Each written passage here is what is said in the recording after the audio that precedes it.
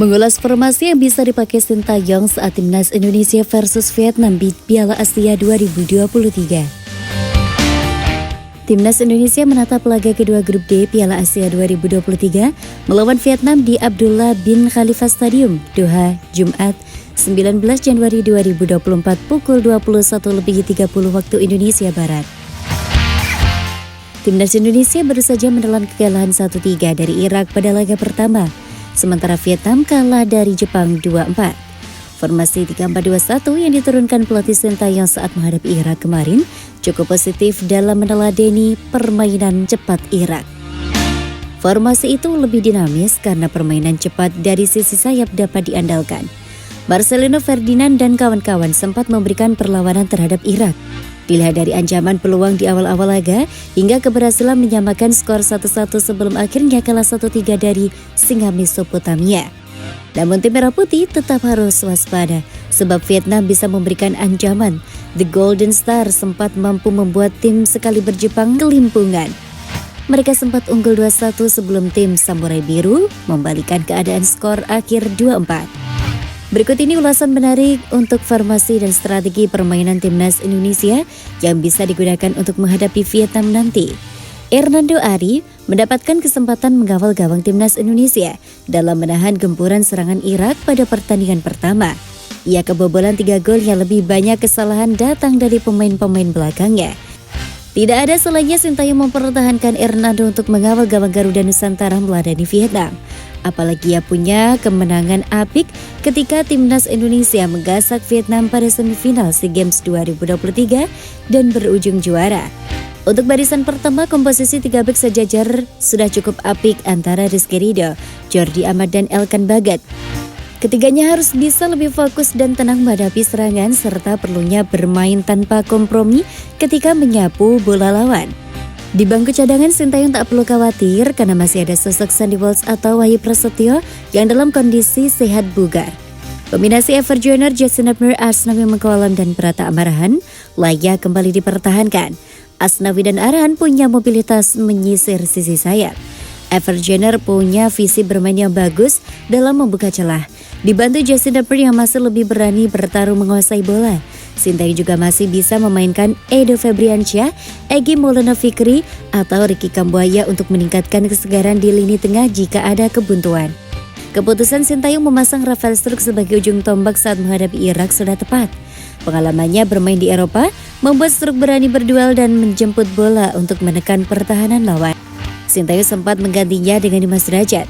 Di bench juga masih ada Ramadan Sananta yang bisa menjadi opsi lini depan. Bamber Persis Solo itu tak ada di skuad kontra Irak dan bisa dijajal demi mengalahkan Vietnam. Ramadan Sananta punya postur tinggi dan kuat yang cocok menghadapi bola-bola udara hasil umpan silang kedua sayap Timnas Indonesia.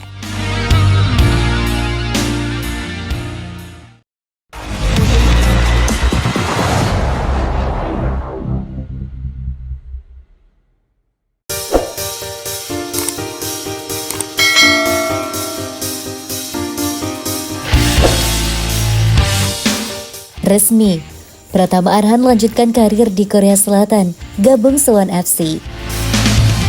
Berakhir sudah teka-teki mengenai masa depan Pratama Arhan.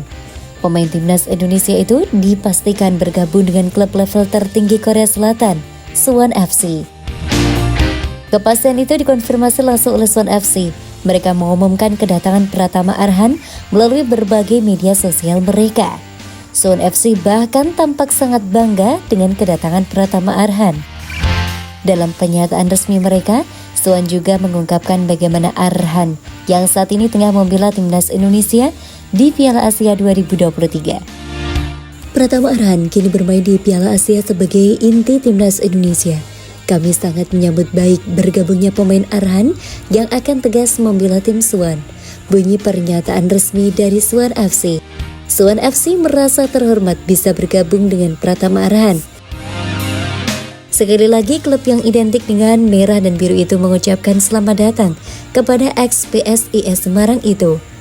Suatu kehormatan bisa bersama Arhan. Selamat datang di Suwon FC, tandas pernyataan resmi klub tersebut. Suwon FC adalah klub profesional ketiga yang dibela Pratama Arhan. Pemain asal Blora Jawa Tengah itu pernah membela PSIS Semarang dan Tokyo Verdy. Suwon FC tampil kesulitan di K-League 1 musim 2023. Mereka bahkan harus berjuang di play-off degradasi. Untungnya, Suwon FC mampu selamat dari zona degradasi. Klub asal Suwon yang lain yakni Suwon Blue Wings yang harus turun kasta ke K-League 2 musim 2024.